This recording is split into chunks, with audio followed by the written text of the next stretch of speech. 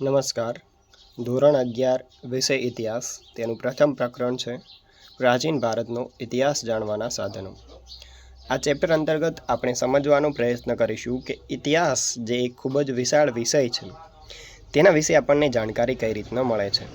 આજથી હજારો લાખો વર્ષો પહેલાં શું થયું હતું, કેવી રીતે થયું હતું તે જાણવા આજના સમયમાં કયા સાધનો ઉપલબ્ધ છે, કયા ગ્રંથો કે પુસ્તકો છે કે પછી કઈ વૈજ્ઞાનિક પદ્ધતિઓ છે જેની મદદથી આપણે જાણીએ છીએ કે આજથી હજારો લાખો કરોડો વર્ષ પહેલાં શું થયું હતું, સિંધુ સભ્યતાના લોકો કઈ રીતના રહેતા હતા, ચંદ્રગુપ્ત મૌર્ય વખતે સમાજ કેવો હતો, કે ગુપ્ત સમયમાં કઈ રીતનો કળા અને સંસ્કૃતિનો વિકાસ થયો હતો.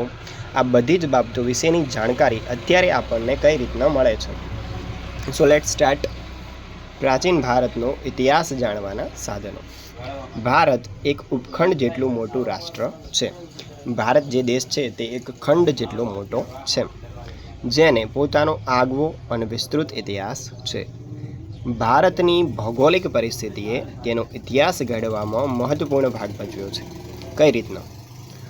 ભારતની ભૌગોલિક પરિસ્થિતિ ખૂબ જ ખાસ છે. તમે જુઓ કે ઉત્તરમાં હિમાલયની પર્વતમાળાઓ, પશ્ચિમે અરબી સમુદ્ર અને દક્ષિણમાં હિન્દ મહાસાગર અને પૂર્વમાં બંગાળના ઉપસાગરથી ઘેરાયેલું આ રાષ્ટ્ર વિશિષ્ટ ભૌગોલિક પરિસ્થિતિ ધરાવે છે. માની લો કે આ છે ભારત, જસ્ટ માની લેવાનું છે. તો અહીંયા ઉત્તરમાં શું આવેલું છે? હિમાલય. 3 બાજુ સમુદ્ર છે. તો આ જે પશ્ચિમ બાજુનો સમુદ્ર છે તેને આપણે શું કહીએ છીએ? અરબ સાગર. ઠીક. અહીંયા જે નીચે છે દક્ષિણમાં તેને હિન્દ મહાસાગર અને પૂર્વમાં જે છે તેને બંગાળના ઉપસાગર તરીકે ઓળખવામાં આવે છે. તો 3 બાજુ સમુદ્ર છે અને એક બાજુ પર્વત છે. આ રીતના જોઈએ તો ભારતનું કેવું સ્થાન છે? સ્પેસિફિક, એટલે કે ખૂબ જ ખાસ ભૌગોલિક સ્થાન ધરાવે છે. અને કોઈ પણ દેશનું ભૌગોલિક સ્થાન કેવું છે તેનાથી તેનો ઇતિહાસ પણ પ્રભાવિત રહ્યો હોય છે. મહાસાગર અને પર્વતમાળાઓએ ભારતને શું કર્યું છે? સુરક્ષિત રાખ્યું છે. તમે જુઓ કે 3 બાજુ વિશાળ સમુદ્ર છે, એટલે એ બાજુથી કોઈ પણ દેશ કે કોઈ પણ બીજું રાજ્ય ભારત પર આક્રમણ કરી શકતું નથી, કારણ કે વિશાળ સમુદ્રને પાર કરીને આક્રમણ કરવું ખૂબ જ મુશ્કેલ છે. આજથી જો હજારો લાખો વર્ષ પહેલાંની વાત કરીએ તો અત્યારે તો સમુદ્રની સુરક્ષા માટે નેવી આવી ગઈ છે, પરંતુ પહેલાંના સમયની વાત કરીએ તો અને અત્યારના સમયમાં પણ કોઈ આસાન કામ નથી સમુદ્રને પાર કરીને કોઈ દેશ ઉપર હુમલો કરવો. તેમ છતાં પ્રાચીન કાળથી તે વિશ્વ ઇતિહાસથી જુદું રહ્યું નથી. બરાબર? 3 બાજુ સમુદ્ર હોવા છતાં ઉત્તરની દિશાથી અને સમુદ્ર માર્ગેથી પણ તે વિશ્વના અન્ય દેશો સાથે જોડાયેલું રહ્યું છે, અન્ય દેશો સાથે સંપર્કમાં રહ્યું છે. આ દુર્ગમ સીમાઓ ઓળગીને અનેક વિદેશી પ્રજાઓ અહીં આવી છે અને એ જ રીતે અહીંની પ્રજા પણ બહાર ગઈ છે વિદેશની અંદર. ભારત ઉત્તર દક્ષિણ લંબાઈ કેટલી છે? 3214 કિમી. બરાબર? આ જે આવી રીતના છે, ધારો કે આ ભારત છે તો તેની આ ઉત્તર દક્ષિણ લંબાઈ કેટલી છે? 3214. અને પૂર્વ પશ્ચિમ કેટલી છે? 2933 કિલોમીટર જેટલી ધરાવે છે. જમીન સીમા કેટલી લાંબી છે? 9600 કિમી. તમે જુઓ કે એનો જે દરિયો છે, અહીંયા નીચેના ભાગમાં દરિયો છે અને ઉપરના ભાગમાં કેવી સરહદ છે? જમીનની સરહદ છે. તો આ જમીનવાળી સરહદ કેટલી છે? 9600 કિલોમીટર લાંબી છે. અને આ નીચે જે સમુદ્રવાળી સરહદ રહી એ કેટલી લાંબી છે? 8000 કિલોમીટર જેટલી લાંબી છે. ભારતનો વિસ્તાર 32.8 લાખ ચોરસ કિલોમીટર જેટલો વિશાળ છે. વરસાદ, આબોહવા અને સંસ્કૃતિની દ્રષ્ટિએ વિભિન્ન પ્રદેશોમાં એટલો બધો તફાવત છે કે ભારત એક રાષ્ટ્ર નહીં પણ અનેક દેશોનો બનેલો ઉપખંડ લાગે છે. તમે જુઓ કે અહીંયા આબોહવાની વાત કરીએ તો દરેક જગ્યાએ અલગ અલગ જોવા મળે છે. ઉત્તરમાં હિમાલય છે, ઠંડક, અને છેક દક્ષિણમાં સમુદ્ર છે તો ત્યાં સમતલ તાપમાન રહે છે. 3 પ્રકારની કે 4 પ્રકારની આબોહવા આપણે અનુભવીએ છીએ, જેના વિશે તમે ભૂગોળની અંદર ભણો છો. બરાબર? શિયાળો, ઉનાળો, ચોમાસું, પાછા ફરતા મોસમી પવનો. સંસ્કૃતિની વાત કરીએ તો ગુજરાત, મહારાષ્ટ્ર, રાજસ્થાન, જેમ જેમ તમે રાજ્ય બદલો છો અથવા તો એક રાજ્યમાંથી બીજા રાજ્યમાં જાઓ છો તો અલગ અલગ બોલી, રીતિ રિવાજો, અલગ અલગ તહેવારો, અલગ અલગ ખોરાકો, એની અંદર શું જોવા મળે છે? વિવિધતા. તો આ બધું જોતાં શું લાગે છે કે ભારત એક દેશ નહીં પણ ઘણા બધા દેશોનો બનેલો ઉપખંડ છે તેવું લાગે છે, કારણ કે વિશ્વના બીજા દેશોમાં આટલી વિવિધતા જોવા મળતી નથી. આ પ્રાદેશિક ભિન્નતા સાંસ્કૃતિક દ્રષ્ટિએ પણ વિવિધતાસભર રહી છે. તેમ છતાં મોટે ભાગે તે એક વિશાળ સર્વસામાન્ય સંસ્કૃતિનો ભાગ છે. અનેક પ્રજાતિ અને સંસ્કૃતિઓના સમન્વયમાંથી મહાન ભારતીય સંસ્કૃતિનો જન્મ થયો છે. અલગ અલગ લોકો અહીંયા આવ્યા અને અહીંયા રહેવા લાગ્યા. અહીંયાથી ઘણી બધી બાબતો શીખ્યા, તેમજ અહીંયાના લોકોને તેમણે ઘણું બધું શીખવ્યું. આ રીતનો અલગ અલગ કલ્ચર મિક્સ થઈને ભારતીય કલ્ચર બનેલું છે. મોટા ભાગના લોકો હમણાં સુધી એમ માનતા કે ઇતિહાસમાં માત્ર વંશાવલીઓ એટલે કે કયા કયા રાજાઓ હતા, તેમણે કયા કયા યુદ્ધો કર્યા અને તેમના વિશેની માહિતી જ હોય છે. પરંતુ હકીકતમાં એવું નથી. ઇતિહાસ એ માત્ર રાજાઓની કહાનીઓ નથી. ઇતિહાસ શું છે? ઇતિહાસ તેને મળેલ ઘણી બધી સાધન સામગ્રીનો વૈજ્ઞાનિક રીતે ઉપયોગ કરીને એક લાંબા સમયગાળા સુધીની રાજકીય, રાજ્યને લગતી, સામાજિક, સમાજને લગતી, આર્થિક એટલે કે વ્યવહારો અને પૈસા કઈ રીતના આવતા હતા, અને સાંસ્કૃતિક રીતિરિવાજો કેવા પ્રકારના હતા, જીવન પદ્ધતિ કેવા પ્રકારની હતી, આ બધી જ બાબતો વિશે જ્યારે આપણે મળીને અભ્યાસ કરીએ છીએ ત્યારે આપણે કોઈ સમયગાળાને ઇતિહાસને અભ્યાસ કરીએ છીએ તેવું કહી શકાય છે. એટલું જ નહીં, તે ઘટનાઓ કેવી રીતે બની, શા માટે બની તેવો પ્રશ્ન ઉઠાવી તેનો સમાજ પર પડેલો પ્રભાવ સ્પષ્ટ કરે છે. ઘણીવાર નવીન સામગ્રી પ્રાપ્ત થતાં ઇતિહાસની નવી નવી વ્યાખ્યાઓ કરે છે. બરાબર, કોઈ નવી જ માહિતી, જેમ કે સિંધુ સભ્યતા વિશે અત્યાર સુધીમાં આપણને જેટલી પણ માહિતી છે તે એના અવશેષોના આધારે છે. હવે માની લો કે એની જે લિપિ છે તેને આપણે સમજ્યા નથી. જો એ લિપિ સમજાઈ જાય તો ફરી પાછું શું થશે? સિંધુ સભ્યતાનો એક નવો કે અલગ જ ઇતિહાસ કદાચ આપણી સમક્ષ આવી શકે છે. તે હકીકત અને કલ્પના વચ્ચેનો ભેદ સ્પષ્ટ કરે છે. બરાબર, કે આજથી ઘણા બધા વર્ષો પહેલાં જે કંઈ પણ થયું હતું તો તે ઘટના વિશેની માત્ર કલ્પના નથી, વાસ્તવિકતા શું હતી તે ઇતિહાસ છે. ઇતિહાસકાર ઐતિહાસિક આધારોને તપાસી અને તે સાચું છે કે ખોટું તે જાણવાનો પ્રયત્ન કરે છે. હવે આવીશું ભારતીય ઇતિહાસમાં લેખનની પરંપરા. તો પશ્ચિમમાં ઐતિહાસિક ઘટનાઓને સમય અનુસાર વ્યવસ્થિત રીતે ગોઠવવામાં આવે છે. તમે અત્યારે જે ઇતિહાસ ભણો છો એની અંદર સમયનું, ટાઈમનું, વર્ષનું ખૂબ જ મહત્ત્વ છે. પરંતુ તેનો અર્થ એવો નથી કે ભારતીયોમાં ઇતિહાસ પ્રત્યે કોઈ રુચિ ન હતી. હકીકતમાં પ્રાચીન ભારતીયોની ઇતિહાસ લેખન પદ્ધતિ જે છે તે પશ્ચિમી પદ્ધતિ કરતાં કેવી હતી? અલગ હતી. ભારતની અંદર સતયુગ, ત્રેતાયુગ, દ્વાપર યુગ અને કળિયુગના માધ્યમથી પુરાણોમાં ઇતિહાસ લેખન થયેલું જોવા મળે છે. બરાબર, આ ચારે ચાર યુગ વિશે તમે ક્યારેક ને ક્યારેક સાંભળ્યું હશે. તો ભારતીયોનો ઇતિહાસ જે હતો એ અલગ રીતે જ તેઓ લખતા હતા. તેમાંથી શાસકો અને રાજવંશોની યાદી પણ મળી જાય છે કે કયા કયા વંશોએ ભારત ઉપર શાસન કર્યું હતું, તેમની સિદ્ધિઓ શું હતી, તેમની સાથે ઘટેલી ઘટનાઓ વિશેની માહિતી પણ મળી જાય છે. ઈસવીસનની 12મી સદીમાં કલ્હણે રાજત રંગીણી નામનો કાશ્મીરનો ઇતિહાસ લખ્યો, જે પ્રાચીન ભારતીય ઇતિહાસ વિશે અજાણ ન હતા તે વાતની સાબિતી આપે છે. 12મી સદી, કલ્હણ, રાજત રંગીણી. ક્યાંનો ઇતિહાસ છે? કાશ્મીરનો ઇતિહાસ છે. જો કે આ સિવાય આટલો સ્પષ્ટ કોઈ ઐતિહાસિક ગ્રંથ ભારતમાં જોવા મળતો નથી તે પણ એક હકીકત છે. મતલબ કે ઇતિહાસને જે રીતના પશ્ચિમના લોકો લખતા હોય છે એ રીતનો ગ્રંથ પ્રથમ આપણને જે જોવા મળે છે તે છે રાજત રંગીણી. 18મી સદીમાં અંગ્રેજોએ ભારત પર પોતાનું રાજ સ્થાપવાની શરૂઆત કરી. અંગ્રેજો અહીંયા વેપાર કરવા આવ્યા અને ધીરે ધીરે અંદરોઅંદરની લડાઈઓનો ફાયદો ઉઠાવીને તેમણે શું કર્યું? દેશને કંટ્રોલ કરવા લાગ્યા, તેની સત્તા પોતાના હાથમાં લઈ લીધી. તેમણે પ્રાચીન ભારતનો ઇતિહાસ અને ભારતીય સમાજ વિશે જાણવા માટે પ્રાચીન ગ્રંથોનો અંગ્રેજીમાં અનુવાદ કરાવ્યો. એટલું જ નહીં, પ્રાચીન ભારતનો ઇતિહાસ અને સંસ્કૃતિ જાણવા માટે ઈસવીસન 1784માં રોયલ એશિયાટિક સોસાયટી ઓફ બેંગાલની સ્થાપના કરવામાં આવી, જેણે મનુસ્મૃતિનો અંગ્રેજીમાં અનુવાદ કર્યો. તે દ્વારા જર્મન વિદ્વાન મેક્સ મુલરે ભારતની ઐતિહાસિક માહિતીનું નિરૂપણ કર્યું. કોઈપણ દેશ ઉપર જો તમારે રાજ કરવું છે અને ઘણા લાંબા સમય સુધી રાજ કરવું છે તો એ લોકોનો, એ દેશનો ઇતિહાસ તમને ખબર હોવી જોઈએ.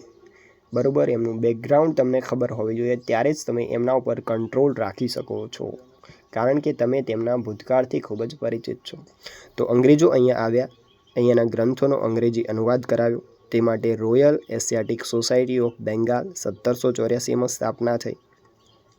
સૌપ્રથમ જે મનુસ્મૃતિ ગ્રંથ છે તેનું અંગ્રેજીમાં ટ્રાન્સલેશન કરવામાં આવ્યું અને જે જર્મન વિદ્વાન છે મેક્સ મુલર, તેમણે ભારતની ઐતિહાસિક માહિતીનું નિરૂપણ કર્યું. અંગ્રેજોએ પ્રાચીન ભારતીય ભાષાઓ જાણવાનો પણ પ્રયત્ન કર્યો. અંગ્રેજ વિદ્વાન જેમ્સ પ્રિન્સેપે અશોકના શિલાલેખની લિપિ ઉકેલી 1837ની અંદર. ભારતની અંદર જે મૌર્ય વંશ હતો તેમાં સમ્રાટ અશોક થઈ ગયો. તેણે પોતાના રાજ્ય વિશેની, પોતાના આદેશો વિશેની, પોતાની જે સમજણ હતી તેના વિશેની ઘણી બધી માહિતીઓ શું કરી હતી, પથ્થરો ઉપર કોતરીને લખાવી હતી. અને એના આટલા વર્ષો પછી પણ એ માહિતી અત્યારે પણ એમની એમ છે. તો જે લિપિમાં કે જે ભાષામાં આ વસ્તુ લખાયેલી હતી તેને કોણે ઉકેલી? જેમ્સ પ્રિન્સેપે. વિન્સ્ટ આર્થર સ્મિથે અર્લી હિસ્ટ્રી ઓફ ઇન્ડિયા લખ્યું. આ યાદ રાખવાનું છે, early history of India, Vincent Arthur Smith. અશોકના શિલાલેખોની લિપિ ઉકેલી જેમ્સ પ્રિન્સેપ. જે પ્રાચીન ભારતને લગતો સૌપ્રથમ આધારભૂત ગ્રંથ હતો. બરાબર, પ્રથમ ગ્રંથ છે આર્યો, જે એક અંગ્રેજ વ્યક્તિએ લખ્યો છે. જો કે આ ગ્રંથ કઈ રીતના છે? અંગ્રેજોના દ્રષ્ટિકોણથી લખાયેલો છે. બરાબર, આપણે જે દેશ ઉપર રાજ કરીએ છીએ તે દેશ ઉપર જ્યારે ઇતિહાસ લખશું તો સારી બાબતોને છુપાવી અને એમની જે નબળાઈઓ છે, જે ખામીઓ છે, જે તકલીફો છે તેને અંદર લખીશું. બરાબર, અને ત્યારબાદ અંગ્રેજો શું કર્યું છે કે આવી રીતના ખામીઓવાળો ઇતિહાસ લખી અને પાછળથી એવું લખ્યું કે અમે આવ્યા અંગ્રેજો અને લોકોને અહીંયા સભ્ય રહેતા શીખવાડ્યું. જ્યારે વાસ્તવિકતા શું છે? 5000 વર્ષ પહેલાં ભારતની અંદર સભ્યતાની શરૂઆત થઈ ચૂકી હતી, જેને આપણે સિંધુ સભ્યતા કહીએ છીએ, જેવું વિશ્વના ભાગ્યે જ કોઈક દેશની અંદર જોવા મળે છે. બરાબર, જેમાં બ્રિટિશરોના ગુણગાન ગાવામાં આવ્યા છે. તેણે પ્રાચીન અને મધ્યકાલીન ભારતીય શાસન કરતાં બ્રિટિશ શાસનને વધારે ઉપયોગી ગણાવ્યું છે. પ્રાચીન રાજાઓનું શાસન કે મધ્યમાં જે મુઘલો હતા તેમના શાસન કરતાં અંગ્રેજોએ પોતાના શાસનને વધારે સારું ગણાવ્યું. એમનો જે ઇતિહાસ છે ભારત વિશેનો, તેમાં અંગ્રેજોએ પોતાના દૃષ્ટિકોણથી ભારતનો ઇતિહાસ લખ્યો. તો ભારતના રાષ્ટ્રવાદીઓએ તેમની સામે રાષ્ટ્રવાદી ઇતિહાસનું લેખન કરવાની જવાબદારી લીધી. હવે જે ભારતના લોકોએ અંગ્રેજોના લખેલા ઇતિહાસને વાંચ્યો તો તેની અંદર જે અમુક લોકો હતા, રાષ્ટ્રવાદી લોકો, તેમણે પોતાની રીતે સંશોધન કર્યું, રિસર્ચ કર્યું અને જોયું કે અંગ્રેજોએ તો એમના જ વખાણ કર્યા છે અને ભારતીયોને નીચા દેખાડ્યા છે. તો તેમણે પોતાની રીતે ફરીથી અલગ ભારતીય ઇતિહાસ લખ્યો અને આ જે ઇતિહાસ છે તેમને રાષ્ટ્રવાદી ઇતિહાસકારો તરીકે ઓળખવામાં આવે છે. તેમણે પ્રાચીન ભારતીય સંસ્કૃતિનું ગૌરવ વિશ્વ સમક્ષ મૂકવાનો પ્રયત્ન કર્યો. ભારત પ્રાચીન સમયમાં પણ કેટલું મહાન રહ્યું હતું. આવા બે મહત્વપૂર્ણ રાષ્ટ્રવાદી ઇતિહાસકારોમાં ડૉક્ટર આરજી ભાંડારકર અને વી.કે. રાજવડેનો સમાવેશ થાય છે.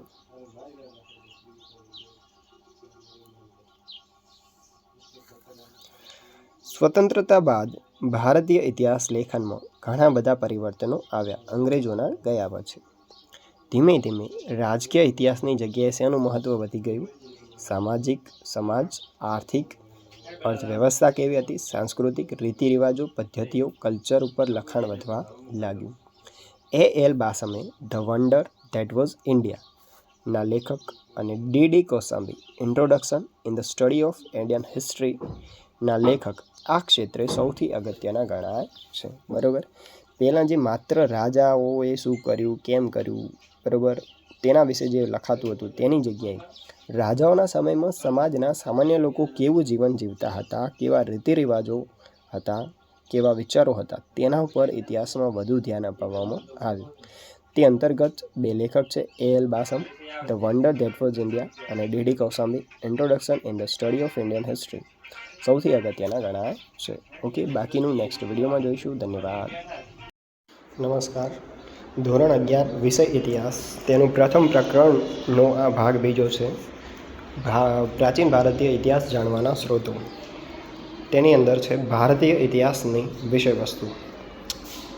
તો અતીતના સંપૂર્ણ જ્ઞાન માટે વિદ્યાર્થીઓમાં જાગૃતિ આવે અને વિદ્યાર્થીઓ પોતાના રાષ્ટ્રના પ્રાચીન સમાજ, ધર્મ, રાજ્ય અને સંસ્કૃતિના વિશિષ્ટ તત્વોને આત્મસાત કરી શકે તેવી બાબતોનો ભારતીય ઇતિહાસના વિષયવસ્તુમાં સમાવેશ કરવામાં આવે છે. છેક પાષાણ યુગથી લઈ અને 20મી સદી. પાષાણ યુગ એટલે એ સમય જ્યારે મનુષ્ય પથ્થરોનો ઉપયોગ કરતો હતો ઓજાર તરીકે, ત્યારથી લઈ અને 20મી સદી એટલે કે અત્યારે ચાલી રહી છે 21મી સદી. તો 20મી સદી સુધીના ભારતની તારીખ, વાર, માહિતી અને તેની સાથે સંકળાયેલ કાર્યકારણના સંબંધો ઇતિહાસનું વિષયવસ્તુ બને છે. બરાબર. પાષાણ યુગથી લઈ અને છેક 20મી સદી સુધીની બધી જ માહિતી ઇતિહાસની અંદર આવી શકે છે. આધુનિક ઇતિહાસમાં મોટી ઘટનાઓ જ નહીં, નાની ઘટનાઓ પણ ઇતિહાસ બદલવામાં ભૂમિકા ભજવે છે. ભારતીય ઇતિહાસ અને વિશ્વના ઇતિહાસની અંદર પણ એવી ઘણી બધી નાની ઘટનાઓ છે જેણે સમગ્ર ઇતિહાસને બદલી નાખ્યો છે. તે પણ દર્શાવવું એ ઇતિહાસકારનું મૂલ્યવાન સર્જન ગણાય છે. કલા, સ્થાપત્ય, ધર્મ, વર્ણ, જ્ઞાતિ, રાજ્ય વ્યવસ્થા, અર્થવ્યવસ્થા, વેપાર, વાણિજ્ય, આચાર વિચાર અને તેને લગતી વિચારસરણીઓ ઇતિહાસનું વિષયવસ્તુ બન્યા છે. જ્યારે તમે કોઈપણ વંશ કે કોઈપણ સમયગાળાનો ઇતિહાસ જોશો તો તેમાં આ બધી જ વસ્તુઓ તમારે ભણવી પડશે. તે સમયની કળા, સ્થાપત્ય, ધર્મ, રાજ્ય વ્યવસ્થા, અર્થવ્યવસ્થા, વેપાર, વાણિજ્ય, આચાર વિચાર એટલે કે ફિલોસોફી, આ બધી જ બાબતો ઇતિહાસની અંદર આવે છે. આ ઉપક્રમે આપણે પ્રાચીન ભારતના ઇતિહાસનું અધ્યયન કરવાનો પ્રયત્ન કરીશું. ઇતિહાસકારો ઇતિહાસ જાણવાના સાધનોને મુખ્યત્વે બે ભાગમાં વહેંચે છે: અલેખિત સાધનો અને લેખિત સાધનો. એ સાધનો લેખિત એટલે જેની અંદર ગ્રંથો અને પુસ્તકો અને તેના સિવાયના જેટલા પણ સાધનો છે તે બધા જ સાધનો અલેખિત સાધનોમાં આવશે. અલેખિત સાધનો ઇતિહાસકારો પુરાતત્વીય સાધનોને અલેખિત સાધનો કહે છે. જૂની જે વસ્તુઓ હોય છે, અવશેષો હોય છે, જેને પુરાતત્વીય અવશેષો તરીકે ઓળખવામાં આવે છે. જમીન ખોદકામ કરવાથી જૂના ખંડેરો, કિલ્લાઓ, મહેલોમાંથી જે મળી આવે છે તેને અલેખિત સાધનો અથવા તો પુરાતત્વીય અવશેષો પણ કહેવામાં આવે છે. પ્રાચીન પથ્થરો, ધાતુઓ, માટીના વાસણો, મુદ્રા, હાડપિંજર, નૃવંશ શાસ્ત્રીય સાધનો વગેરેને શું કહે છે? અલેખિત સાધનો કહે છે. આ પ્રકારના સાધનોમાં કોઈપણ પ્રકારની લેખિત સામગ્રી મળતી નથી, પરંતુ દટાયેલા શહેરો, જમીનની નીચે આખા શહેરો જે દટાઈ ગયા હોય છે, ગામડાઓ અને ઉપર જણાવેલ અલેખિત સાધનોમાંથી ઇતિહાસકારો વૈજ્ઞાનિક ઢબે ઇતિહાસનું સર્જન કરે છે. આ તમામ વસ્તુઓનો સાયન્ટિફિક મેથડથી અભ્યાસ કરી અને ઇતિહાસને સમજવાનો પ્રયત્ન કરવામાં આવે છે. ભારતના ઇતિહાસનો બહુ મોટો ભાગ આવા અલેખિત સાધનો દ્વારા તૈયાર થયો છે. ઇતિહાસનો ઘણો બધો સમયગાળો એવો છે જેમાં આવી વસ્તુઓ પર આપણે આધાર રાખવો પડે છે. પ્રાચીન ભારતના આવા ભૌતિક અવશેષોનો અભ્યાસ પુરાતત્વ શાસ્ત્રોની મદદથી થાય છે. આ જે જૂનવાણી વસ્તુઓ હોય છે, પથ્થરો, ધાતુઓ, હાડપિંજર, આ બધાનો જે અભ્યાસ કરે છે તે સબ્જેક્ટનું નામ છે પુરાતત્વ શાસ્ત્ર, જેને અંગ્રેજીમાં આર્કિયોલોજી કહે છે. અને તેનો અભ્યાસ કરનારને પુરાતત્વવિદ અથવા તો આર્કિયોલોજિસ્ટ તરીકે ઓળખવામાં આવે છે. પુરાતત્વ શાસ્ત્રીઓ આવા પ્રાચીન સ્થળોને શોધી કાઢી તેનું ઉત્ખનન એટલે કે ખોદકામ કરે છે. અહીંથી મળેલ અવશેષોને આધારે તેઓ આ સ્થળનો સમય અને વીતેલા યુગના મનુષ્યના જીવન અંગે ધારણાઓ કરી વૈજ્ઞાનિક ઢબે તેમનો ઇતિહાસ સ્પષ્ટ કરે છે. તો જે આર્કિયોલોજિસ્ટ હોય છે તે આવા સ્થળો શોધે છે અને ત્યાં ખોદકામ કરી અને ત્યાંથી જે પણ વસ્તુઓ મળે છે તે વસ્તુઓને વૈજ્ઞાનિક પ્રયોગોથી ચકાસી અને તેનો સમયગાળો જાણી અને ઇતિહાસની રચના કરે છે. જેમ કે આપણે ત્યાં જે સિંધુ સભ્યતા છે તેનો સમગ્ર ઇતિહાસ આ રીતનો મળી આવેલો છે. કોઈ ગ્રંથ અવેલેબલ નથી, બધા જ અવશેષો આખા શહેરો દટાયેલા મળી આવ્યા છે. તેના આધારે જે IVC ઇન્ડસ વેલી સિવિલાઇઝેશન છે તેનો ઇતિહાસ આપણે જાણીએ છીએ. ભારતમાં આ પ્રમાણે પુરાતત્વ શાસ્ત્રીઓ દ્વારા અનેક સાંસ્કૃતિક બાબતો શોધી કાઢવામાં આવી છે. 14 લાખ વર્ષ પહેલાંના માનવના પુરાવાથી લઈ અને છેક હડપ્ય સમય સુધીના એક મોટા ગાળાનો ઇતિહાસ આલેખે છે. આજથી 14 લાખ વર્ષ પહેલાંના મનુષ્યના અવશેષો એટલે કે તેના હાડકાથી માંડી અને જે સિંધુ સભ્યતાના શહેરો મળી આવ્યા છે ત્યાં સુધીનો ઇતિહાસ છે આની અંદર. જેમ કે પુરા પાષાણ યુગ, મધ્ય પાષાણ યુગ, નવપાષાણ યુગ, તામ્રપાષાણ યુગ, તામ્રકાંસ્ય યુગ અને લોહ યુગ. બરાબર.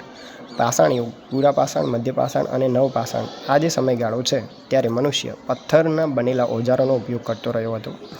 નવપાષાણ એટલે નવા પથ્થરના ઓજારો, તામ્રપાષાણ એટલે તાંબુ અને પથ્થરને મિક્સ કરીને જે ઓજારો બનાવવામાં આવે છે તે. તામ્ર અને કાંસ્ય યુગ તો હડપ્પા સભ્યતાનો જે સમયગાળો છે જ્યારે તાંબુ અને કાંસાના બનેલા ઓજારો મળે છે. અને ત્યારબાદ મહાજનપદ પછી જ્યાંથી મગધ સામ્રાજ્ય તરીકે ઉદ્ભવે છે એ સમયગાળો ત્યારે લોખંડની શોધ થઈ જાય છે અને લોખંડના હથિયારો મળવા લાગે છે. ત્યારથી ઇતિહાસ શરૂ થાય છે. ઉત્ખનન દરમિયાન મળી આવેલ અવશેષોનો સમય નક્કી કરવા માટે કેટલીક વૈજ્ઞાનિક પદ્ધતિઓનો યુઝ થાય છે. જેમ કે આજથી હજારો કે લાખો વર્ષ જૂનું કોઈ હાડકું મળી આવે છે તો પર્ટિક્યુલર વૈજ્ઞાનિક મેથડ છે એ મેથડનો ઉપયોગ કરીને જાણી શકાય છે કે તે હાડકું અથવા તો અસ્થિ અથવા તો કોઈપણ વસ્તુ કેટલી જૂની છે. ખાસ કરીને સજીવોમાં તેમાંની સૌથી મહત્ત્વપૂર્ણ પદ્ધતિ કઈ છે? Carbon 14, radiocarbon 14. આ પદ્ધતિ મુજબ કાર્બન 14 એ તમામ પ્રકારના સજીવોમાં રહેલું તત્વ છે. બરાબર. દરેક સજીવ, મનુષ્ય અને પ્રાણીઓ તેનું શોષણ કરે છે. સજીવના મૃત્યુ પછી કાર્બન 14 ફરીથી વાતાવરણમાં શું થાય છે? ભળવા લાગે છે અને વાતાવરણમાં તે કેટલી હદે ભળી ચૂક્યો છે તેના પરથી શું થાય છે? સજીવની ઉંમર નક્કી કરવામાં આવે છે. તો જ્યારે કોઈ વ્યક્તિ મૃત્યુ પામે છે તો તેના અવશેષોમાં એક પર્ટિક્યુલર માત્રામાં કાર્બન 14 રહેલું હોય છે. એ કાર્બન 14 વાતાવરણમાં ભળવાનું ચાલુ થઈ જાય છે. જેટલા પ્રમાણમાં એ વાતાવરણમાં ભળી ચૂક્યું છે એના આધારે નક્કી થાય છે કે જે તે સજીવની ઉંમર કેટલી છે. વ્યક્તિના અવશેષો અને તેની સાથે પરાગ વિશ્લેષણની પદ્ધતિનો ઉપયોગ કરી અને તેની ઉંમર નક્કી કરવામાં આવે છે. અવશેષો પ્લસ પરાગ વિશ્લેષણ. ભૂસ્તરશાસ્ત્રીય અભ્યાસથી ખડકો અને ખાણોમાંથી કેટલા જૂના સમયમાં ધાતુઓ મળી આવી હશે તે નક્કી થાય છે. જ્યારે કોઈ ખાણ ખોદવામાં આવે છે કે જે ખડકો હોય છે તેની મદદથી આપણને ખ્યાલ આવે છે કે જે ધાતુઓ છે તે કેટલી જૂની છે. લેખિત સાધનોની વાત કરવામાં આવે તો 4 પ્રકારના છે. ધાર્મિક સાહિત્ય, ધર્મને લઈને, ધર્મેતર, ધર્મ સિવાયનું, સિક્કાઓ જે બહાર પાડ્યા હોય છે, અને શિલાલેખો એટલે પથ્થર ઉપરના લેખો. અને વિદેશી પ્રવાસીઓ અહીંયા આવી અને જે વસ્તુઓ લખે છે, ગ્રંથો લખે છે, તે 4 બાબતોનો સમાવેશ થાય છે. તેમાં સૌપ્રથમ છે ધાર્મિક સાહિત્ય. ભારતની સંસ્કૃતિ વ્યાપકપણે ધર્મ સાથે સંકળાયેલી જોવા મળે છે. ભારતની અંદર અત્યારે પણ ધર્મ ખૂબ જ અગત્યનો ભાગ ભજવે છે દરેક ક્ષેત્રની અંદર. ભારતના ધાર્મિક સાહિત્યમાં સૌથી જૂનું સાહિત્ય, ઇવન વિશ્વનું સૌથી જૂનું પુસ્તક કયું છે? ઋગ્વેદ છે, જે ભારતમાં છે, મતલબ ભારતમાંથી મળી આવ્યું છે, જેનો સમય ઈસવીસન પૂર્વે 1500થી ઈસવીસન પૂર્વે 1000નો માનવામાં આવે છે. ઈસુનો જન્મ એટલે ઈસવીસન 0. અત્યારે ચાલી રહ્યું છે ઈસવીસન 2024. આ ઈસવીસન આગળનો જેટલો પણ સમયગાળો છે 1, 2, 3 એમ અનંત સમય સુધી આ બધા સમયને ઈસવીસન પૂર્વે તરીકે ઓળખવામાં આવે છે. તો ઈસવીસન પૂર્વે 1500થી 1000નો જે સમયગાળો છે, પ્લસ આ સંખ્યા ઉલટી ચાલે છે આ રીતના. 1000 અહીંયા આવશે. વેઇટ અ મિનિટ. ધારો કે આ 0 છે, આ 1, 2, 3 ઈસવીસન છે, આ બાજુ 1, 2, 3. તો આ બાજુ જ્યારે સમય લખવો હશે ઈસવીસન પૂર્વે, તો ઈસવીસન પૂર્વે 3થી ઈસવીસન પૂર્વે 2 એમ લખવામાં આવશે. તો અહીંયા શું છે? ઈસવીસન પૂર્વે 1500થી ઈસવીસન પૂર્વે 1000નો સમય માનવામાં આવે છે ઋગ્વેદનો. સૌથી પ્રાચીન વેદ છે. 1028 સૂક્તો અને 10 મંડળ કે 10 પુસ્તકોમાં વિભાજિત છે. ઋગ્વેદ આપણને આર્યોની ધાર્મિક, સામાજિક, રાજકીય અને સાંસ્કૃતિક 4 બાબતોની માહિતી આપે છે. ધર્મ, સંસ્કૃતિ, રાજ્ય અને સમાજ. ઋગ્વેદકાલીન ભારતને આપણે વેદકાલીન ભારત પણ કહીએ છીએ. એના પછીનો જે સમય છે તેને ઉત્તર વૈદિક કાળ તરીકે ઓળખવામાં આવે છે. ઋગ્વેદ સિવાય અન્ય 3 વેદોની રચના થયેલી છે. એટલે કે વેદો કુલ કેટલા છે? 4 છે, જેની અંદર નમસ્કાર. ધોરણ 11 ઇતિહાસના પ્રથમ પ્રકરણને આપણે જોઈ રહ્યા છીએ, જેમાં ભારતીય ઇતિહાસના સ્ત્રોતનું અધ્યયન કરી રહ્યા છીએ અને આ તેનો ભાગ 3 છે. આગળના 2 ભાગ ચેનલ ઉપર અપલોડ થઈ ચૂક્યા છે, જઈને તમે જોઈ શકો છો. આ વિડીયો તમામ સ્પર્ધાત્મક પરીક્ષાઓ માટે ઉપયોગી છે. એ પોઈન્ટ ઓફ વ્યૂથી તેને બનાવવામાં આવ્યો છે. સાથે જ તે ધોરણ 11માં ભણતા વિદ્યાર્થીઓને પણ મદદરૂપ થઈ શકે છે. તો 4 વેદો વિશે આપણે જોઈ ગયા, બરાબર. અન્ય વેદોમાં યજુર્વેદ, સામવેદ અને અથર્વવેદનો સમાવેશ થાય છે.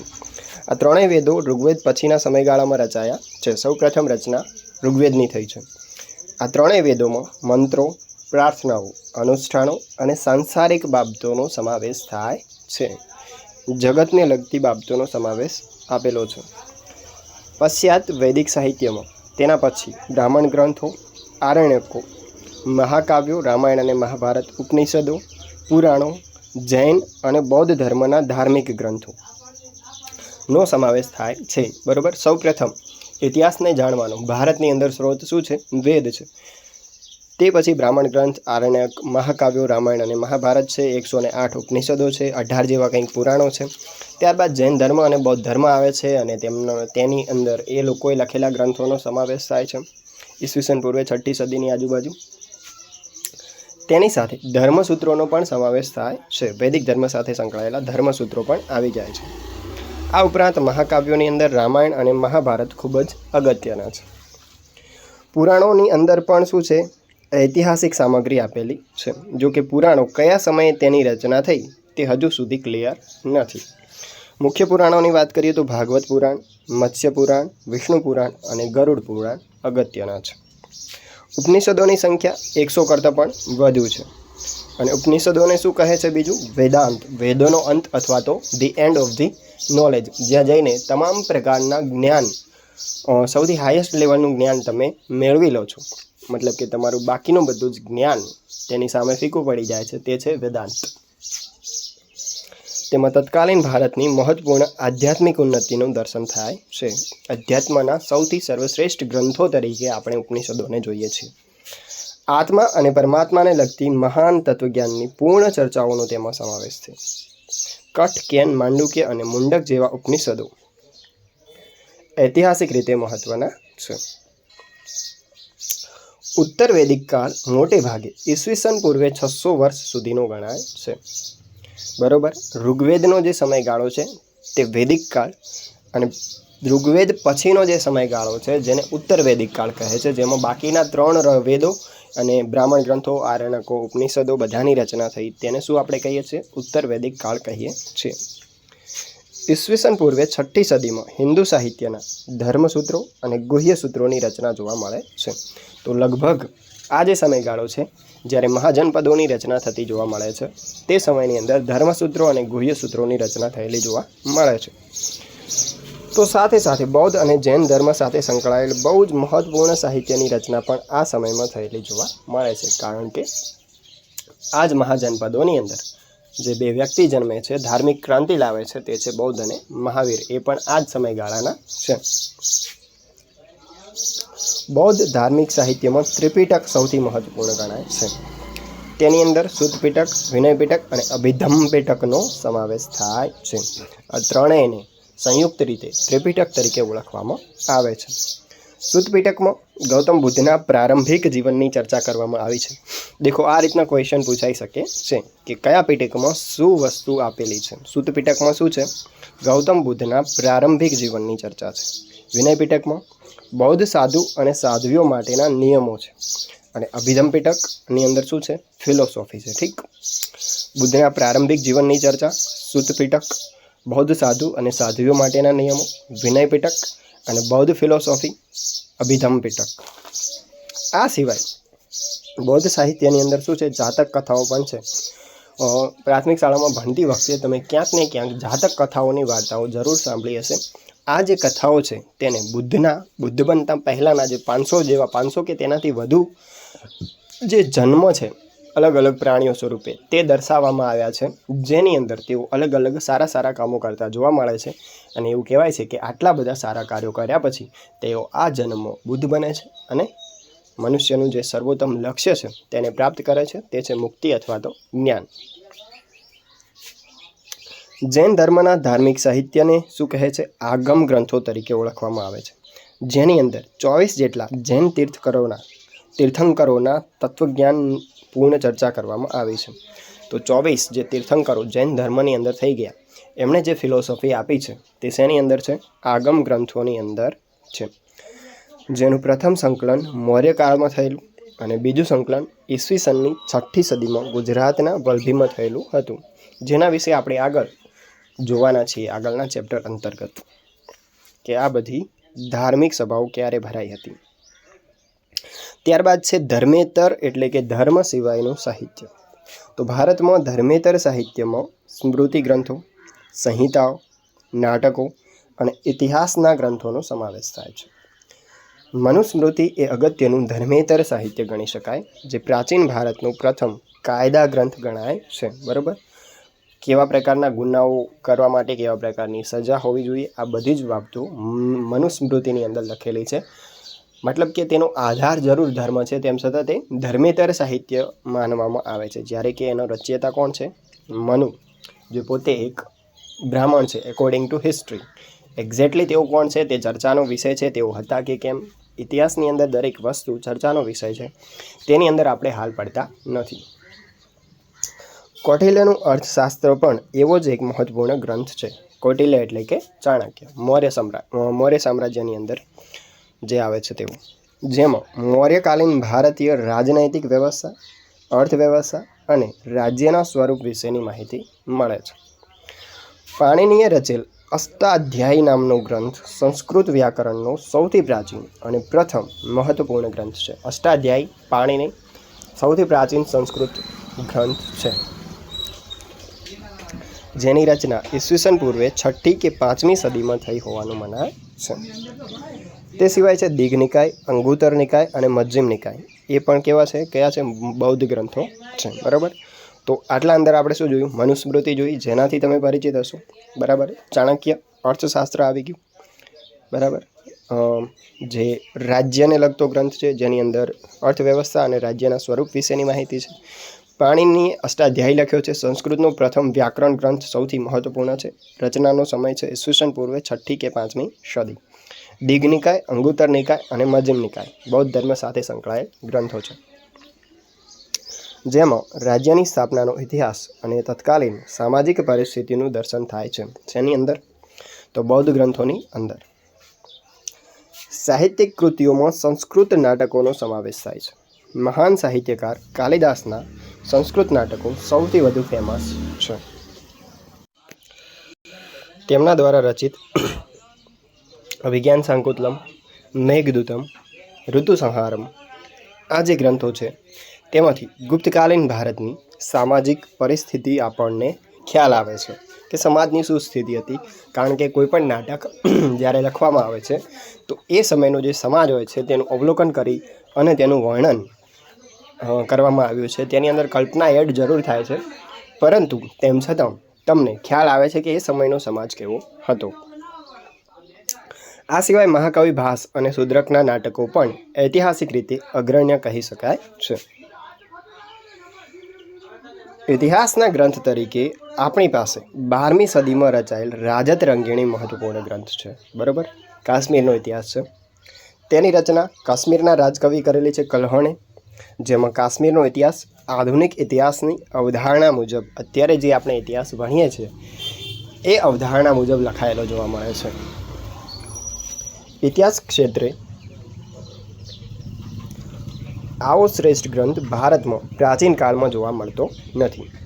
જેમાં ઇતિહાસ હોય તેવા અનેક ગ્રંથોમાં હર્ષચરિત અગત્યનો ગ્રંથ છે, અને તેની રચના કોણે કરી છે? હર્ષના રાજકવિ બાણભટ્ટે હર્ષચરિત, રાજત રંગીણી કાશ્મીરના રાજકવિ કલ્હણ.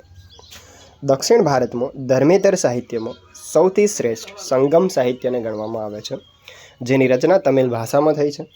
રચયિતા ઘણા બધા કવિઓએ મળીને કરેલી છે. મદુરાઈની અંદર આવા 3 સંગમો એટલે કે સભા થયા. તેમાં રચાયેલું સાહિત્ય એટલે શું છે? સંગમ સાહિત્ય. આ સાહિત્યની અંદર રાજાઓ અને શૂરવીરોની પ્રશસ્તિ એટલે કે વખાણ કરવા માટે લાંબી ટૂંકી કવિતાઓનો રચના કરવામાં આવી છે. આ કવિતાઓ રાજ દરબારોમાં ગાવામાં આવતી, અને આ સાહિત્યની અંદર શિલ્પદિગારમ અને મણિમેખલાઈ જેવા વિખ્યાત મહાકાવ્યોનો સમાવેશ થાય છે. દક્ષિણ ભારત વિશેની માહિતી મળે છે આમાંથી.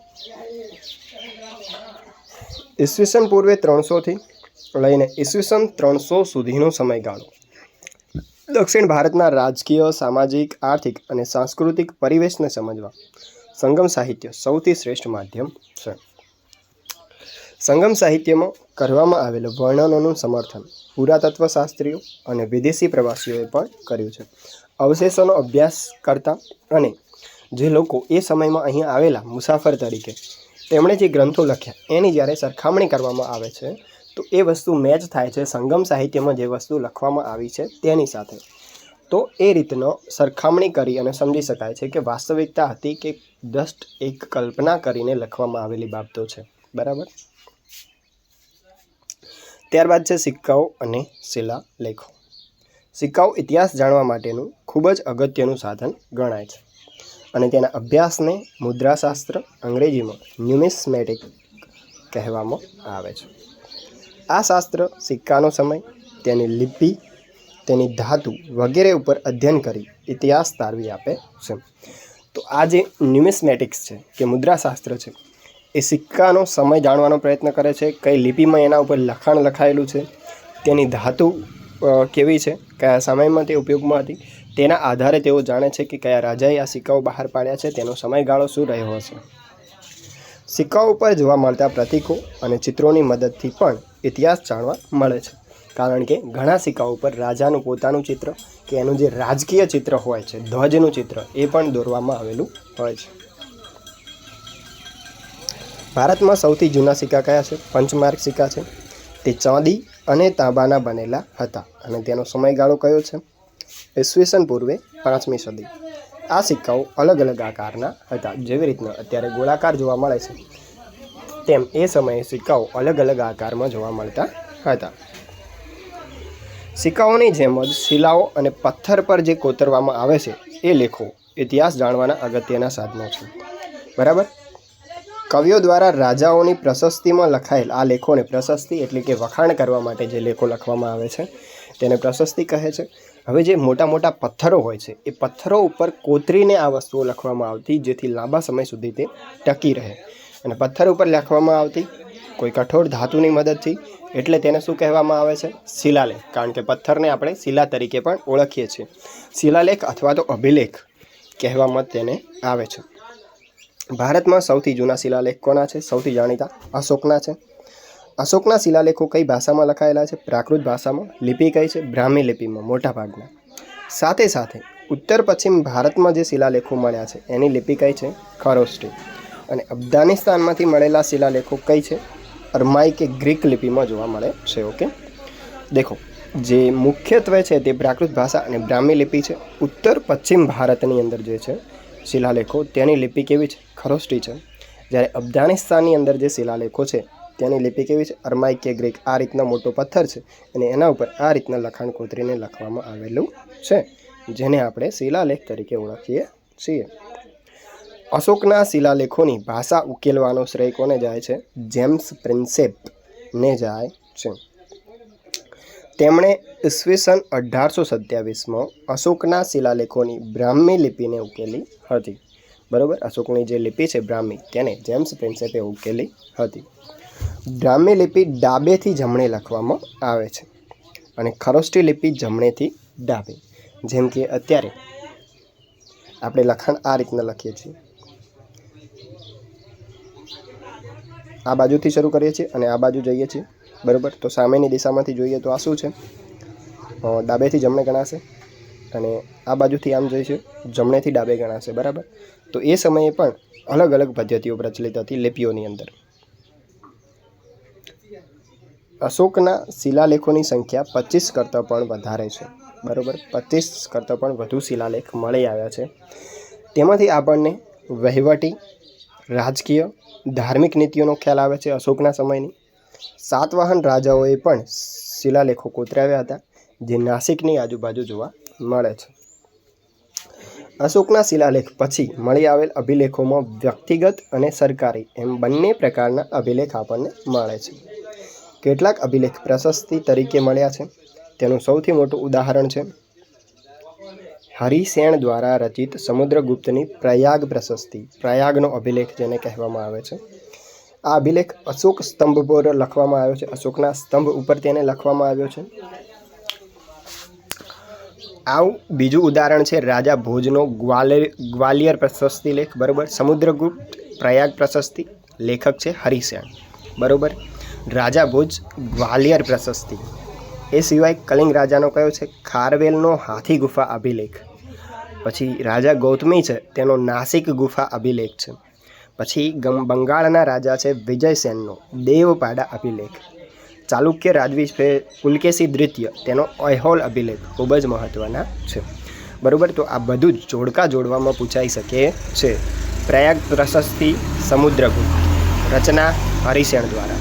બરાબર, રાજા ભોજ ગ્વાલિયર પ્રશસ્તિ લેખ, કલિંગનો રાજા ખારવેલ હાથી ગુફા અભિલેખ, ગૌતમીનો નાસિક ગુફા અભિલેખ, બંગાળના રાજા વિજયસેનનો દેવપાડા અભિલેખ, ચાલુક્ય રાજવી પુલકેશી દ્વિતીય ઐહોલ અભિલેખ. તામ્રપત્ર પણ ઇતિહાસ જાણવાનું મહત્ત્વનું સાધન છે. જે તાંબુ હોય છે એના ઉપર, તાંબાની પટ્ટી ઉપર, સેમ આપણે જેવી રીતના શિલા ઉપર લખીએ છીએ તેમ તાંબાની પટ્ટી ઉપર જે લખાણ લખવામાં આવે છે તેને શું કહે છે? તામ્રપત્ર તરીકે ઓળખવામાં આવે છે. ભૂમિદાન પત્રો તાંબાના પતરા પર લખવામાં આવતા. જે રાજાઓ છે તે જે જમીન દાનમાં આપતા તેના વિશેનું લખાણ તાંબાના પતરા ઉપર લખતા. વ્યક્તિગત અભિલેખો મોટે ભાગે શેમાં જોવા મળે છે? મંદિરોમાં. તેના પર જે તારીખ છે તે ક્યારે બન્યા હતા તેની માહિતી આપે છે. તેની સાથે તેમાંથી ભાષાની માહિતી પણ મળે છે. ગુપ્તકાળના અભિલેખો સંસ્કૃતમાં જોવા મળે છે, કારણ કે આ સમયે સંસ્કૃત ભાષા ખૂબ જ પ્રચલિત થઈ જાય છે જ્યારે ગુપ્તોનો સમય ચાલુ હોય છે એ સમયે. વિદેશોમાંથી પણ મળી આવેલ અભિલેખોમાંથી ભારતનો ઇતિહાસ જાણી શકાય છે. એશિયા માઇનોર એટલે કે તુર્કીમાં આવેલ બોગસકોઈ નામના સ્થળેથી ઈસવીસન પૂર્વે 1400ના સમયનો અભિલેખ મળે છે. એશિયા માઇનોર તુર્કીમાં, જેની અંદર વૈદિક દેવતાઓ વિશે લખેલું છે. વિચારો. પછી પર્સિપોલિસ અને બહિસ્તૃન અભિલેખો દ્વારા ભારત પર થયેલ ઈરાનના આક્રમણની માહિતી પણ મળે છે. તો કયા અભિલેખોની મદદથી ઈરાની આક્રમણની માહિતી મળે છે? તો પર્સિપોલિસ અને બહિસ્તૃત. એશિયા માઇનોર તુર્કીમાં આવેલ કયા સ્થળેથી અભિલેખ મળ્યો છે જેની અંદર વૈદિક દેવતાઓની નોંધ છે? તો બોગસકોઈ નામના સ્થળેથી ઈસવીસન પૂર્વે 1400નો અભિલેખ. તે સિવાય ઇજિપ્તના તેલ અલ અમરનામાંથી મળેલ માટીની તકતીઓ પર ઈરાન અને ભારતના રાજાઓ જેવા બેબીલોન રાજાઓના નામ જોવા મળે છે, જેની અંદર શું છે? ઘણી બધી સમાનતા છે. શિલાલેખો અભિલેખોમાંથી જે તે સમયના રાજા, તેનું રાજ્ય, તેની સરહદો, તેમાં રહેલી વિગતોમાંથી રાજકીય, સામાજિક, આર્થિક, સાંસ્કૃતિક બાબતોનો ઇતિહાસ પ્રાપ્ત થાય છે. તો શિલાલેખો ઉપર જે લખાણ લખવામાં આવ્યું હોય છે તે જે તે રાજ્યને, જે તે સમયને લઈને ઘણો બધો ઇતિહાસ આપણને જણાવતું હોય છે. ઓકે, તો વિડીયો ખૂબ જ લાંબો થઈ જાય છે એટલે આપણે આ વિડીયોને આટલે રાખીશું. આ ભાગ 3 છે. આ પછી આપણે ભાગ 4ની ચર્ચા કરીશું. ધન્યવાદ. આવા જ વિડીયો આવતા રહેશે. તે સિવાય આ જ વસ્તુના પ્રશ્નો અને જવાબ જે પરીક્ષાઓના લેવલને ટચ કરતા હોય, બરાબર, સ્પર્ધાત્મક, એ પ્રકારના MCQ વાળા પ્રશ્નોના વિડીયોઝ પણ આવશે અને અપલોડ થયા પણ છે. તો જોતા રહો અને સબસ્ક્રાઈબ કરો. ધન્યવાદ. નમસ્કાર. પ્રાચીન ભારતીય ઇતિહાસ ધોરણ 11ને ઇતિહાસના પુસ્તકની અંદર પ્રથમ પ્રકરણ છે ભારતીય ઇતિહાસના સ્ત્રોતો. તેનો આ ચોથો ભાગ છે. આગળના 3 વિડીયો ચેનલ પર અપલોડ થઈ ચૂક્યા છે. આ વિડીયોને સ્પર્ધાત્મક પરીક્ષાના દૃષ્ટિકોણથી બનાવવામાં આવ્યો છે. સાથે જ તે ધોરણ 11ના વિદ્યાર્થીઓ અથવા તો ઇતિહાસ ભણવા માંગતા કોઈપણ પ્રકારના સ્ટુડન્ટ માટે ઉપયોગી થઈ શકે તેમ છે. તો લેટ્સ સ્ટાર્ટ. ઇતિહાસ જાણવાના સ્ત્રોતોની આપણે ચર્ચા કરી રહ્યા હતા, જેની અંદર હવે પહોંચ્યા છીએ આપણે સ્મારક અને ભવન. રાજાઓ અને સામાન્ય લોકોના રહેઠાણો તથા મંદિરો જેવા સ્થાપત્યોમાંથી જે તે કાળની વાસ્તુકલાનો વિકાસ જોઈ શકાય છે. રાજાઓએ જે મંદિરો બંધાવ્યા છે કે અન્ય કોઈપણ પ્રકારના સ્થાપત્યો બંધાવ્યા છે, તે સ્થાપત્યો પરથી આપણને એ સમયની વાસ્તુકળા વિશેની જાણકારી મળે છે.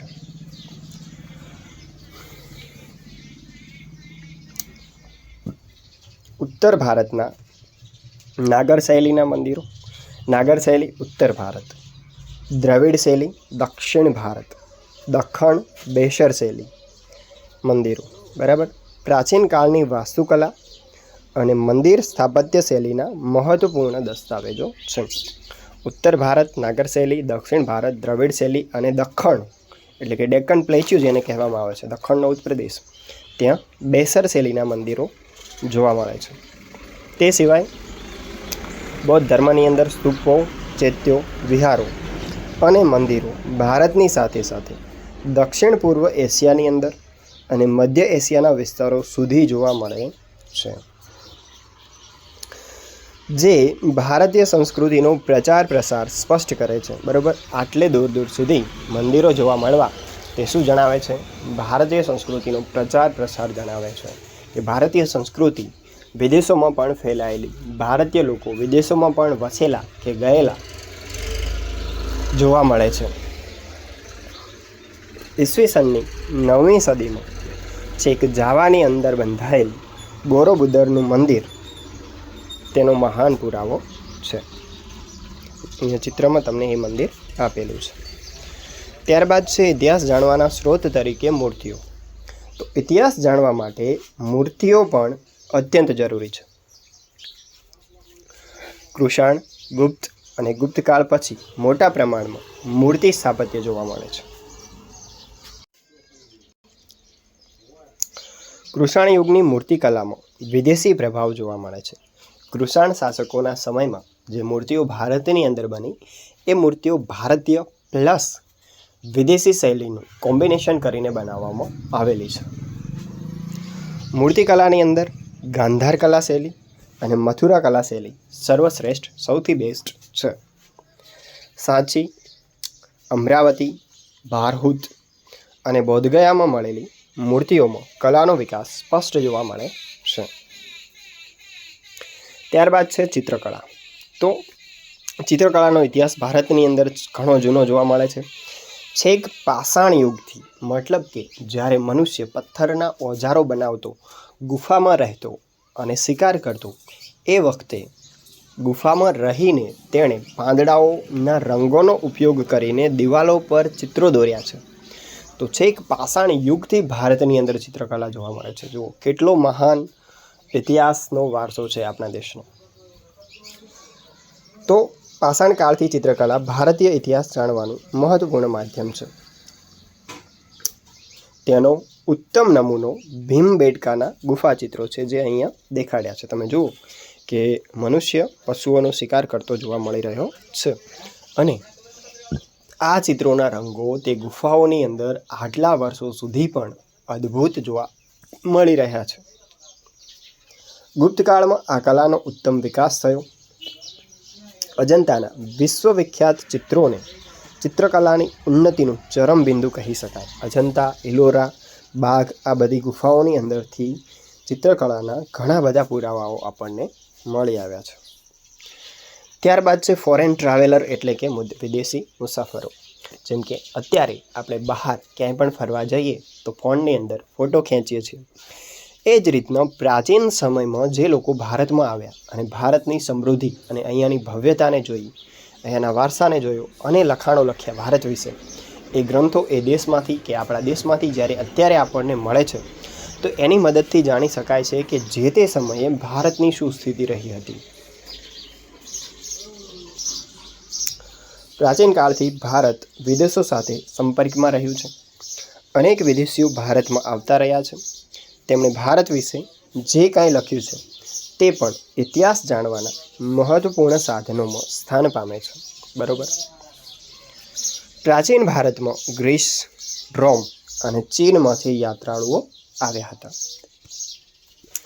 કેટલાક રાજદૂત હતા, એટલે રાજા પોતાના દૂતને મોકલે છે અન્ય રાજા પાસે, ત્યાંની કલ્ચરને, ત્યાંની હિસ્ટ્રીને સમજવા, જાણવા, સમાજને જોવા, અર્થવ્યવસ્થાને જોવા. જેવી રીતના અત્યારે પણ આપણા ભારત દેશના રાજદૂતો અલગ અલગ દેશોમાં રહેતા હોય છે, જતા હોય છે, એ જ રીતના પ્રાચીન સમયમાં પણ હતું. તો કેટલાક લોકો ધર્મના અભ્યાસ માટે આવેલા, તો કેટલાક વેપાર વાણિજ્યનો હિસ્સો બનીને આવ્યા હતા. આ બધાએ ભારત વિશે ઘણું બધું લખાણ લખ્યું છે. આમ આપણે સ્થાનિક સાહિત્ય અને વિદેશીઓએ લખેલી પ્રવાસ નોંધોને મેળવીને ભારતનો ઇતિહાસ વધુ સ્પષ્ટ રીતે લખી શકીએ છીએ. ચંદ્રગુપ્ત મૌર્યના કાળમાં સેલ્યુકસ નિકેટરનો રાજદૂત મેગેસ્થનીસ ભારત આવ્યો હતો અને તેણે ભારત વિશે ઇન્ડિકા નામનો એક ગ્રંથ લખ્યો હતો. જો કે આ મૂળ ગ્રંથ અત્યારે ઉપલબ્ધ નથી, પરંતુ તેના પછીના ગ્રીક લેખકોએ તેમના ગ્રંથોની અંદર ઇન્ડિકાનો સંદર્ભ કે આ પુસ્તકમાંથી અમે આ માહિતી અહીંયા લખી રહ્યા છીએ એને સંદર્ભ કહેવાય. જેમ કે હું કોઈ પુસ્તક લખું છું અને તેની અંદર હું કોઈ માહિતી બીજા પુસ્તકની લખું છું, બીજા પુસ્તકમાંથી લઈને, તો મારે શું કહેવું પડે કે આ જે માહિતી છે તે આ નામના પુસ્તકમાંથી મેં લઈ અને અહીંયા લખી છે. તો ઇન્ડિકામાંથી ઘણા બધા લેખકોએ ઘણી બધી બાબતો પોતાના પુસ્તકોમાં ઉતારી, તો તેમાંથી આપણને માહિતી ઇન્ડિકા વિશે મળે છે. ઇન્ડિકામાં ચંદ્રગુપ્ત મૌર્યની શાસન વ્યવસ્થા, ભારતની સમાજ વ્યવસ્થા અને વેપાર વાણિજ્ય જેવી આર્થિક બાબતોની મૂલ્યવાન માહિતી પ્રાપ્ત થાય છે.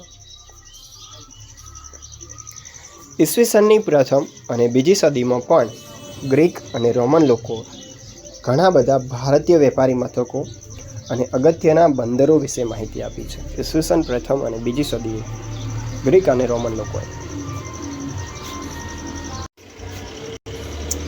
તેમણે ભારત અને રોમ વચ્ચે થતા વેપારના અહેવાલો લખેલા છે.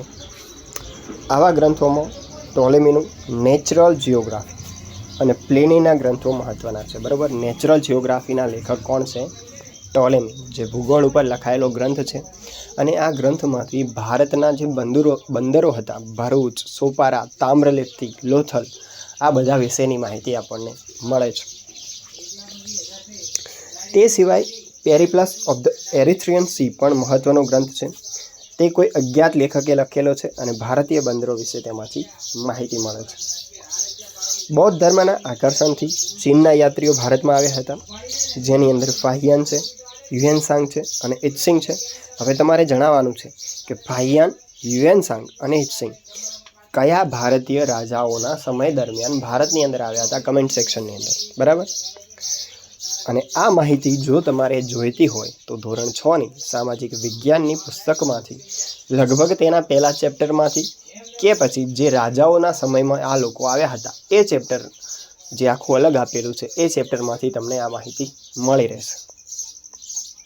તેમણે ભારતના બૌદ્ધ ધર્મ, બૌદ્ધ તીર્થ, સમ્રાટ હર્ષવર્ધન, નાલંદા વિશ્વવિદ્યાલય અને તત્કાલીન ભારતીય સમાજનું આંખે દેખ્યું અને વિસ્તૃત ચિત્રણ કર્યું છે. તો આટલે વિડીયો પૂરો થાય છે. ઐતિહાસિક સ્ત્રોતો વિશે આપણે જાણી ચૂક્યા છીએ. બરાબર, આના પછીનું ચેપ્ટર સિંધુ સભ્યતાનું આપણે ભણવાના છીએ.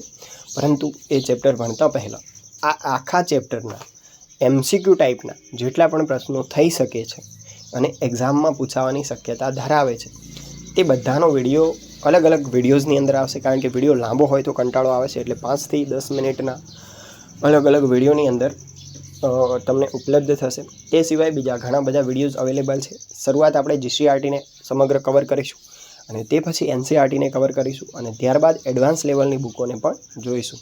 તો આ બધું જ જોવા માટે ચેનલને સબસ્ક્રાઈબ કરવા વિનંતી. ધન્યવાદ.